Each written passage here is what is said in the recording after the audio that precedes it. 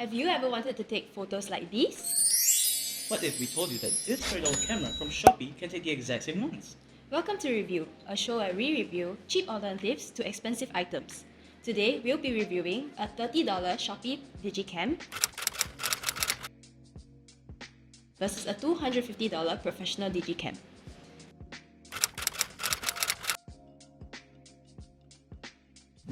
Hi, I'm Amanda. I'm a camera noob. And hi, I'm Daniel. I'm a cinematography enthusiast. First, let's review the $250 professional Digicam. Right off the bat, it looks so much better than the cheap one. It's full metal and the words have a nice font. The buttons on the back are also much cleaner, and there's a viewfinder, which the cheap one does not have. As what she said earlier, the build quality is high quality metal. Look at the branding, Canon. Now that's high quality. There's no plastic anywhere in sight. Clearly, the moment you're dealing with this, you feel like a professional. Let's take a look at this $30 camera. Now notably, it has no name, because for $30 you're not getting status. So if you take a look at it, there's not much information from the looks of it. All you're seeing is 2.7K and 48 megapixels. The build quality admittedly isn't great. It's made out of plastic, which of course you're not getting quality materials for $30. As you can see, the buttons are small and not that detailed. As you can see here, they only have small images on the side. But other than that, it looks like a real camera, which is convincing enough, right? This is the kind of camera that you would give your brother because you don't trust him with your actual camera. Okay, let me test it out. Can you be my subject? I hope it's good. Okay, ready? 3, 4. Okay. Right. So this is my photo of Danielle's trip. Quite good, right? Considering I have not taken photos with the camera before. What do you think, Danielle? Rate my photo taking skills. My posing skills are not that special, but it looks good. Thank you. Okay, let's try the other camera now. Now let's turn it on.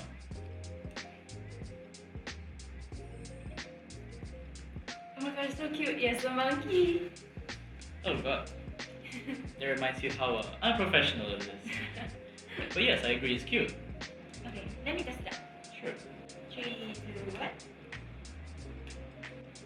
So what do you think about the image I just took? It's very grainy. Admittedly, it is pretty low quality compared to this. You can clearly see the pixels. You can clearly see the little pixels within it. So is it actually 48 megapixels? Of course, it is 48 megapixels, but megapixels can't fix everything. It might have a lot of detail, but your detail might still be terrible. And in this case, I think it is. You can actually see the individual pixels. The background is pretty good. You can clearly see what the image is. It's not like the quick lens has any damage or anything. So while it is pretty blurry, it's pretty choppy, it works. It works as a good camera. It takes pictures that could resemble a moment. And when you're buying a $30 camera, do you really need all that detail when all you want is just to capture the moment? So for $30, it is quite a good bargain. So now we'll head out to put these two cameras head to head in a photo shoot challenge. Our producers will be giving us a challenge card at each location, and we have to take photos of each other using the two cameras. Later on, we'll come back here and compare the two photos that we got from each camera. Are you ready? Yeah. Let's go! So we're at our first location. Let's check out our challenge. Take a flash photo in the dark. Daniel, are you ready? Yeah, let's go. Let's go! Okay. E.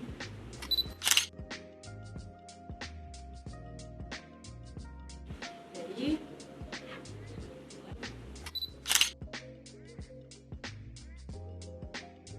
Okay, got it. Nice. Alright, we're done with our first location. Let's move on to the second one. Let's go!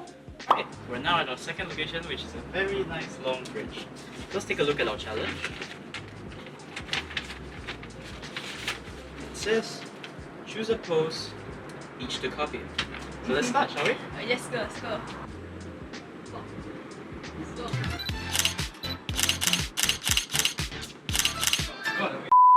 Come on, fully commit, you gotta fully commit. Look a little bit like the teapot. Okay. I'm not doing this again. Yeah. Okay, my turn. Alright. Choose a I'm pose. gonna choose a pose. Yeah. Okay. Side or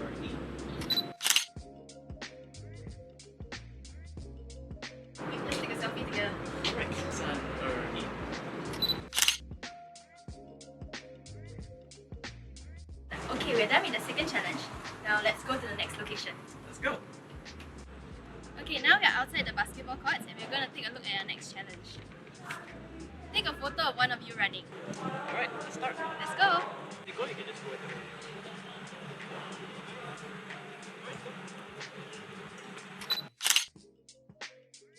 Alright, go. Alright, good one. Okay, let's take a selfie together. Alright, so 1, 2, 3. Alright, we've just completed our final challenge. Now let's head back. Let's go! So we're back. Let's compare the photos we got from both cameras. So Danielle, how was the challenge? It was very interesting. I didn't feel surprised with the results, but there were some clear and distinct differences from the two. Personally, I had a lot of fun because this is my first time holding a Digicam. It's really popular nowadays, but I've not had a chance to try it out myself. So this challenge was really fun for me. So overall, I think that this camera, especially during the first challenge, it was really evident that this camera was the cheap camera. Because when we took the photos in the dark, I couldn't even see Daniel clearly. Like, he just looked like little tiny dots. Whereas this camera, I could still see him pretty clearly. Another difference was this camera, the flash was just a button. Whereas this camera, when you take the photo, the flash turns on. What about you, Daniel? Yeah, so there's a clear difference between this and this. This was kind of made as like a second thought. It was really simple to use, really easy. So to put into perspective, for this to take a picture, you have to press like a million buttons because there's so many different settings that you can set. Whereas for this, it's just, and the flash automatically sets for you. So ease of use is one thing that this lacks in, and this is better in. As for the picture itself, the picture that this took was extremely grainy. I mean, it's the dark, and this is likely not going to take a lot of light. It looks like something that was taken from the year 2000. It's quite a sad state for a camera to be, but if you're a casual user, it still takes a photo. It still captures the moment. And I think if you're a casual user, that's more than enough. You don't need the fine details, you don't need the little pixels. So I think if you're a casual user, this is sufficient. But if you're a real user, go for this. This had so much better detail. The pictures were like night and day. The pixels, they weren't there, you couldn't see it. It actually looks like a real stunning picture. Of course, you're not going to use this at any wedding or funeral, but it's a lot better. You know what this camera reminds me of, Daniel? You know those really popular small toy cameras? Oh. Yeah, it kind of gives that nostalgic feel that you get with those toy cameras. So if you are a camera noob like me, you guys can still try this camera. I mean, it's only $30. What do you expect? But it still does the job. I agree. For $30, this is something that could like entertain your annoying cousin or brother for hours. If you want something that's unbreakable and like entertaining to someone, just pass them this. It works well, especially for casual users. I'll give this camera a 5 out of 10 because I think that it's still able to take nice pictures and there is a certain vibe to it.